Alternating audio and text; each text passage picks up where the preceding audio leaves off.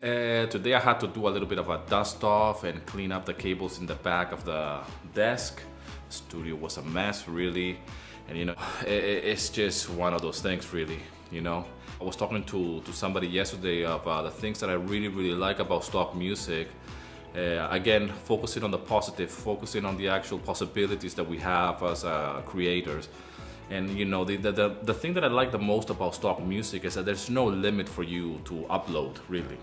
I mean, in some libraries like Audio Jungle, there is a limit that you can upload at a certain time, but overall, there's no limit. It's not like, okay, you can only upload 100 songs or 200. You can just keep on producing content. And I think that's a great thing. That's what keeps me going, because you can always improve on your skills, you can always improve on your craft, and you can always keep uploading and uploading and uploading more content. The same is with YouTube.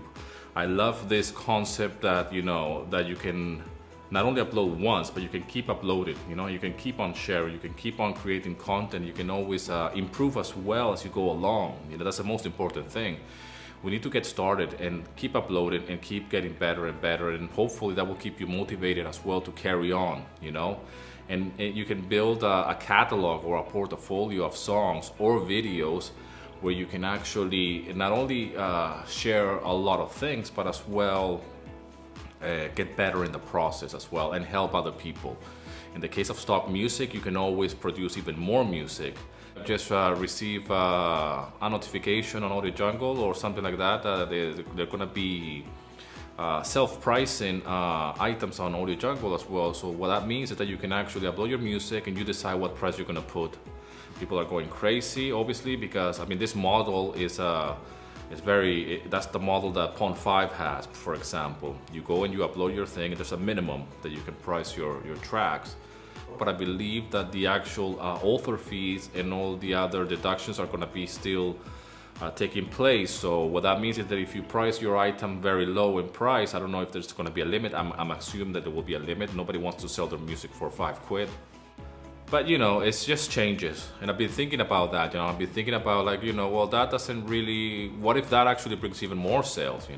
But these kind of things create a lot of discussion, creates a lot of fear on people. I went to the forum the other day on Audio Jungle, and I try to stay away from forums, to be quite honest, because there's a lot of talking, and I don't have the time to chit chat. I barely have the time to make the music and do the videos. I don't have the time to go on forums and discuss if that's a good thing or a bad thing. The truth of the matter is that libraries themselves are evolving and changing. When I started, the Audio Jungle community was different. The same with Pond5. They have always updated their things, and the only reason that you can actually be fearful is that if you don't want to evolve as well yourself and be flexible. And the truth of the matter is that we have to be thinking, and I hate to use the word entrepreneur again because it's such a cliche, but we have to start thinking like that.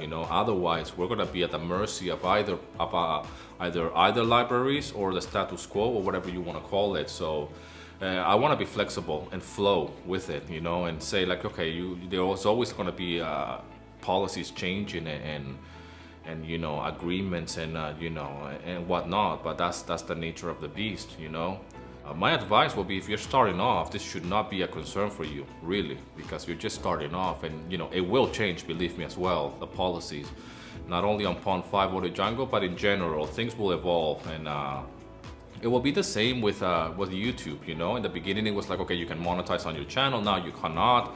You need to reach a certain amount of subscribers and view time and all of this, and this is perfectly normal.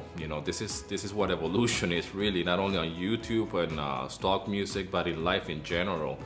And the only way that this thing does not affect us is for us to get better and to keep going and to actually study our craft, work on it, and become better and be smart and see what can we do to actually not go against it, but go with it and actually provide something even better as well, in terms of video or stock music, of course. But yeah, man, it's one of those things. I really that's the conversation I was having the other day, that the things that I like the most about stock music is that I can keep uploading, and there's no limit. I saw a guy once in 123RF.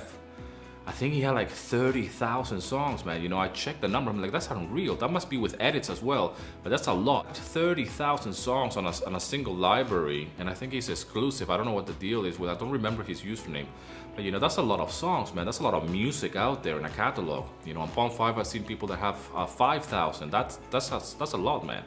I'm nowhere near that. But obviously that's an encouragement to say, imagine creating that amount of songs or tracks over time. And I'm sure it's the same with YouTube. You know, I don't have many videos, but I see people that they create so much content that, you know, there's no limit. Nobody's saying to you, you know, you can only create this amount of content, this amount of songs. And so yeah, anyways, man, I should be actually getting back to work. Spent the whole morning cleaning the cables at the back.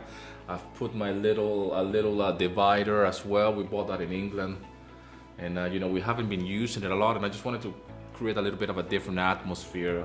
I don't remember what kind of wood it is, but we bought it from some Persian shop where we used to live up in Upper Holloway, that's North London.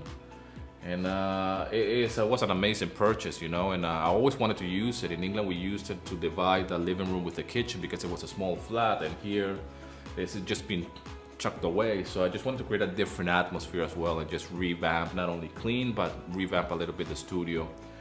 And yeah, man, I have in the old studio, I have the actual sound diffusers or sound absorbers thingy. I don't want to put them here because, like I mentioned before, we're going to be moving at some point, and I don't want to like glue stuff to the wall. Again, thanks a lot for all the messages and for all the love and support regarding the fires here in Greece. And like I said, I want to keep uploading more videos as much as possible, and keep in touch with you guys. And yeah, anyways, man, hope you're having an amazing day, and rock and roll. See you on the other side of success.